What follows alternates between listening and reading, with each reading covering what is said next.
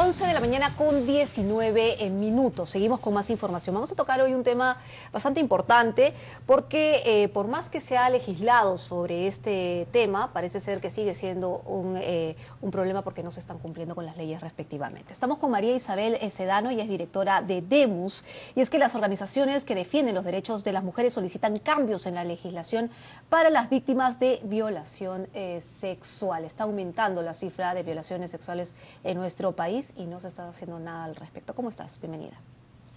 Gracias por la oportunidad. ¿Cómo estamos en cifras de violación? Al día, por ejemplo, estaba leyendo el otro día que son violadas 2 mujeres al día. ¿Eso es una cifra real en nuestro país? El Ministerio Público investigó por lo menos 48 denuncias de delitos contra la libertad sexual diarias en el año 2013, ¿no? Según el Observatorio de Criminalidad del Ministerio Público, en lo que fue entre enero y septiembre del año pasado, ya el Ministerio había investigado más de 13.000 casos de delitos sexuales, ¿no? Entonces, la violencia sexual es una expresión de la violencia machista generalizada, cotidiana, y tan grave como ella es la impunidad que la rodea. ¿Qué es lo que están haciendo o cómo están trabajando precisamente para que esta legislación que tenemos funcione? ¿Porque funciona o no funciona? Está de adorno. Nosotras queremos llamar la atención de que no bastan tener cada vez penas más severas, cada vez penas más duras. Hoy por hoy un violador que puede llegar a tener una pena hasta de cadena perpetua, ¿no? Nosotras estamos llamando la atención que se necesitan medidas legislativas y administrativas para garantizar el derecho a la justicia de las víctimas. Una primera medida tiene que ver con tener jueces, juezas, fiscales con un perfil idóneo. Para eso deben estar formados en género.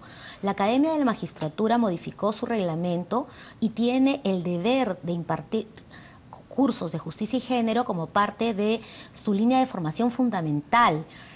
Pero además estamos proponiendo que el Consejo Nacional de la Magistratura, al momento que evalúa a los fiscales, a los jueces, a las juezas que quieren ser un juez de familia, un fiscal de familia o penal, puedan tener perspectiva de género, que se evalúe desde una perspectiva de género y que la tengan, ¿no? El año 2013 hemos observado 100 entrevistas en procesos de ratificación.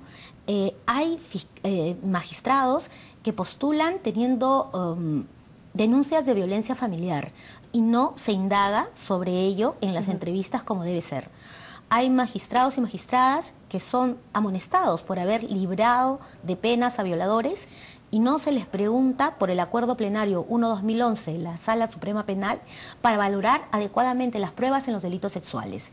Nosotras exhortamos al Consejo Nacional de la Magistratura, que si bien está en una coyuntura complicada, porque sabemos, ¿no?, que la agenda anticorrupción es una agenda que lo tiene tomado al Consejo Nacional de la Magistratura, sin embargo, tenemos que también poder analizar propuestas que vienen desde la sociedad civil, propuestas técnicas para que se garantice criterios de evaluación desde una perspectiva de género a magistrados y magistradas. Ahora, ¿cuál podría ser el perfil de las personas que estuvieran a cargo de estos casos específicamente? Porque efectivamente hay mujeres que ya no testifican porque se sienten incómodas, porque no son bien tratadas a la hora de la investigación del caso.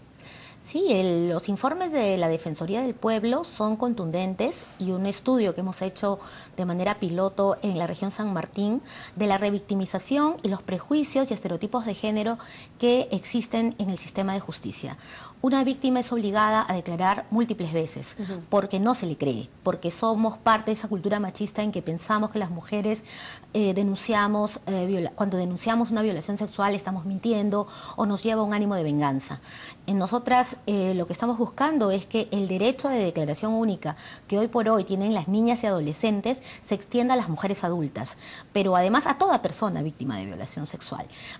Tenemos que incrementar el presupuesto público para garantizar que haya cámaras GESEL y salas de entrevista única. No puede ser que en un país con esta data de violencia sexual tengamos apenas 32 cámaras GESEL. Las víctimas tienen que esperar 1, 2, 3 meses para poder dar su declaración y en el transcurso olvidan muchas de las cosas que tienen que decir, ¿no? Ahora, para entender, para algunas personas que no pueden entender cómo se lleva un proceso, ¿cómo se realiza el proceso en sí si una mujer, por ejemplo, sufre de una violación sexual? ¿Cómo empieza el proceso de la investigación? Es decir, ¿cómo ella se acerca para empezar una investigación sobre una violación? ¿Y cómo debe ser tratada?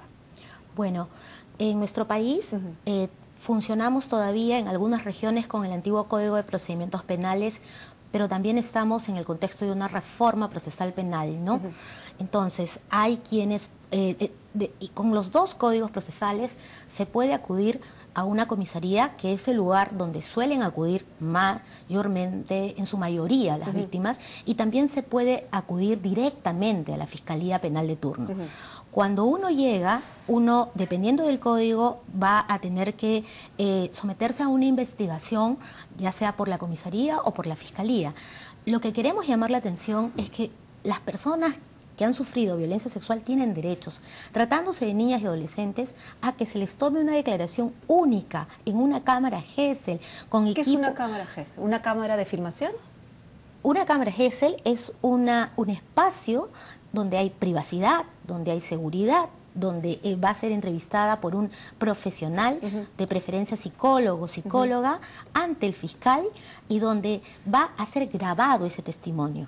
Si además nosotras garantizamos inclusive la presencia de un magistrado, un juez, esta declaración única puede constituir una prueba anticipada. Ya no tiene que estar la víctima repitiendo en un juicio oral, por ejemplo, o confrontándose con sus violadores, ¿no?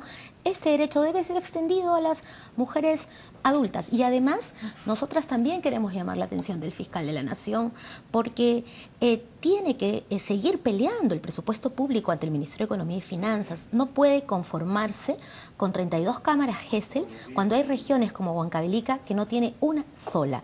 Y fortalecer también la unidad de víctimas y testigos, que hace una encomiable labor, pero que tiene la tercera parte del presupuesto que requiere cada año para poder garantizar a las víctimas medidas de protección. ¿Cuánto dura un proceso en sí de una violación? Lamentablemente todavía una víctima, además de denunciar en una comisaría y en una fiscalía, pasar por medicina legal, donde tiene que pasar el examen médico legista, la pericia psicológica además de acudir a los centros de salud. Desde aquí queremos llamar mucho la atención a las víctimas de que tienen que ir a poder tener una anticoncepción oral de emergencia o poder tener un tratamiento que prevenga el contagio de alguna enfermedad de transmisión sexual, descartar un VIH-Sida, etcétera, ¿no?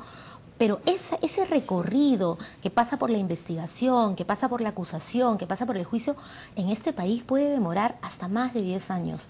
Y eso no podemos permitirlo.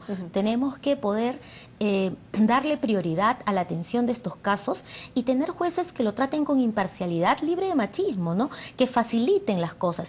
Y estas medidas de protección que he mencionado son para que, por ejemplo, si tenemos que el 75% de los violadores son personas del entorno de la víctima, no podemos permitir que esos violadores convivan con las víctimas. Tenemos que sacarlos, garantizar que no estén en los domicilios, en los centros de estudios, en los centros de trabajo. Tenemos que garantizar no solamente que se reserve el derecho de identidad de la víctima, sino tenemos que garantizar albergues y casas refugio para ellas. No podemos estar permitiendo que el mensaje del sistema de justicia sea que no pasa nada cuando violan a una persona. Muy bien, muchísimas gracias por haber venido y por contarnos esta problemática, y ojalá que lo tomen en cuenta, ¿no es cierto?, el Consejo Nacional de la Magistratura. Estábamos conversando con María Isabel Sedano, directora de DEMUS, sobre cómo las organizaciones que defienden los derechos de las mujeres solicitan cambios en la legislación, ¿no es cierto?, sobre todo en el tema del manejo en los procesos legales. Muchísimas gracias. Nos vamos en vivo ahora al Congreso de la República con Jimmy Chinchay. Jimmy, adelante.